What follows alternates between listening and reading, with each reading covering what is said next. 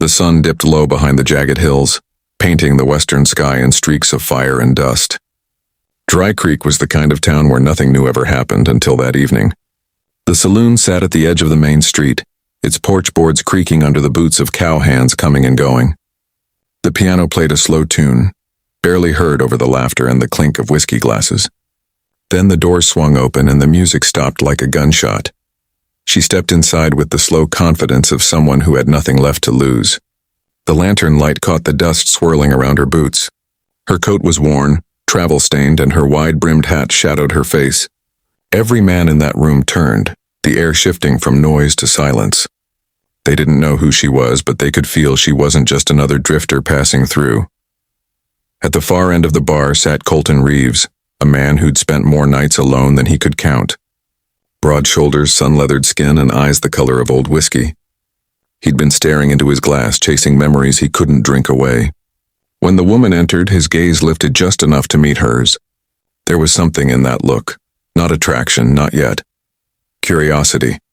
Recognition of someone else running from ghosts. She walked straight toward him, her boots clicking slow and steady on the wooden floor. When she reached the bar, she didn't sit right away. She placed her small pouch on the counter, the faint jingle of coins echoing in the stillness. "I heard you're the one who pays for honesty," she said, her voice low and steady, carrying a hint of dust and hurt. "Not beauty." Colton turned toward her fully now, eyebrow raised. His voice came out slow and rough. "Depends on what you're selling, ma'am." A half smile touched her lips as she untied the pouch, pulling out a single silver dollar. She slid it across the counter, the coin spinning once before resting near his glass. "Then I'm the one buying." The piano player stopped pretending to play. Cards froze mid-deal. No one in that saloon dared breathe too loud. Colton stared at the coin, then back at her face. $1 for what?" "For the truth," she said simply. Her fingers moved with quiet purpose. She took off her gloves, revealing small scarred hands. Then she removed her hat. The lamplight caught her face. Sharp, striking, but worn by life's cruelty. A thin white scar traced down her jawline, cutting through the soft curve of her cheek. "I've been hiding behind other folks' lies too long," she said. Her voice wavered for the first time, softer now. Colton's eyes narrowed, studying her. Something about her stirred an old memory, but he couldn't place it. Then she reached up and untied the black ribbon around her neck. The silk slipped through her fingers and fell to the floor. The crowd murmured, a wave of recognition passing through them like wind through dry grass. A voice from the corner whispered, "Lydia Hart, the outlaw's widow." Colton froze. He'd heard that name before. A woman accused of helping her husband rob a stagecoach, vanishing into the desert after he was shot dead by the sheriff's men. That was 2 years ago. Everyone assumed she was long gone. The saloon filled with uneasy tension. Men leaned back in their chairs, unsure if they should be afraid or impressed. Colton didn't move. He simply stared. Lydia met his gaze, her chin lifting just slightly. "You gonna turn me in?" she asked quietly. He took a slow sip of his whiskey before answering. "Ain't decided yet. Maybe you ought to tell me why you walked into the lion's den with your name still breathing."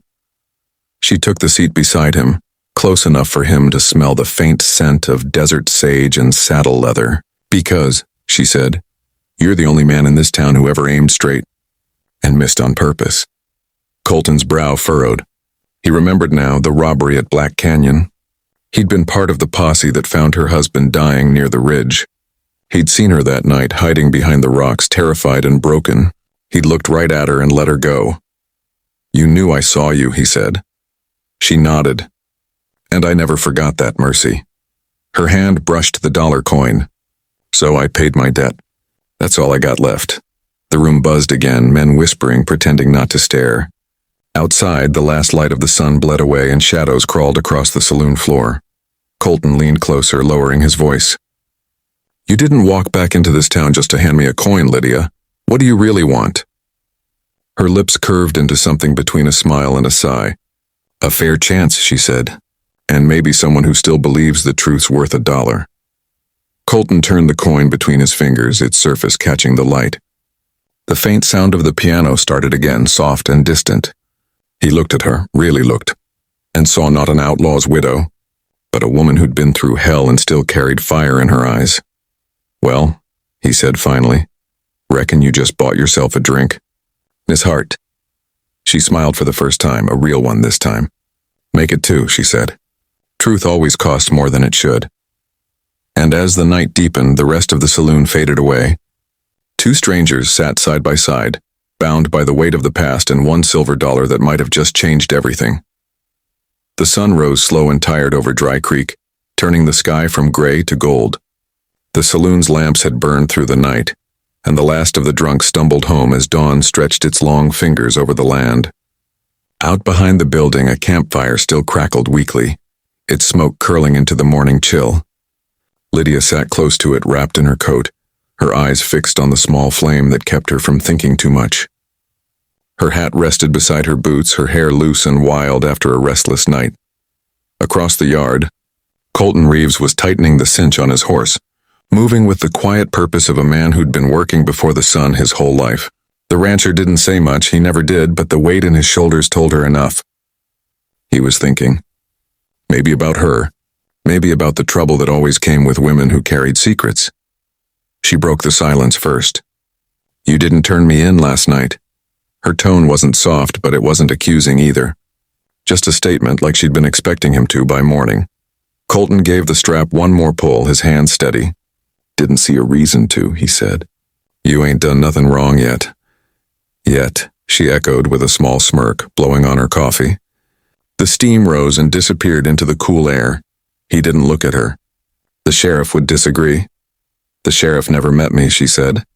"He met stories, tall ones. And every man who wanted a bounty made sure they grew taller." The horse shifted beneath his hand, snorting.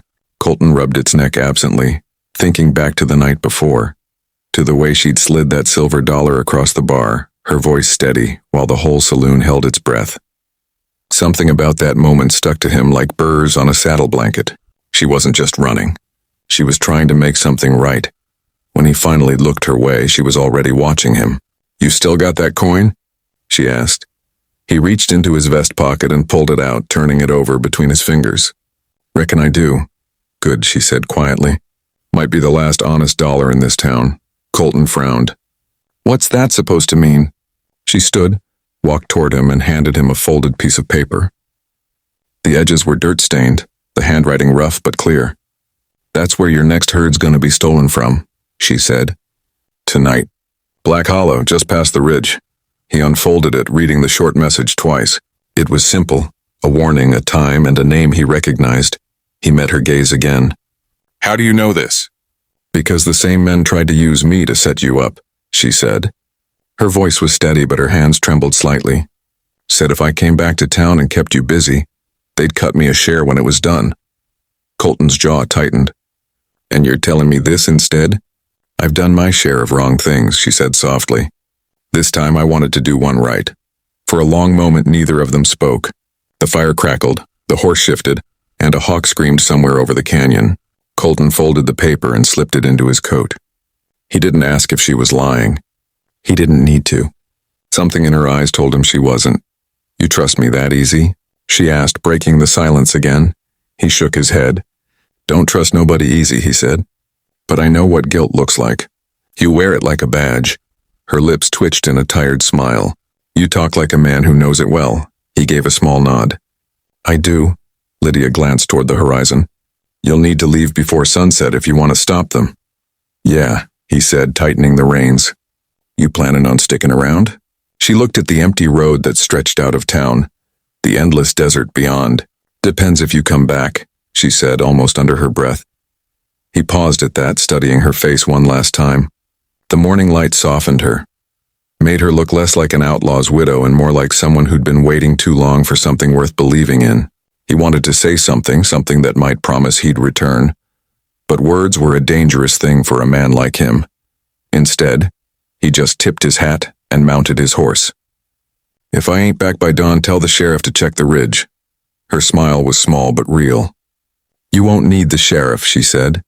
He turned his horse toward the open land, the sound of hooves breaking the silence as he rode out of town. Lydia watched him go, the dust rising behind him, the morning sun painting everything in gold.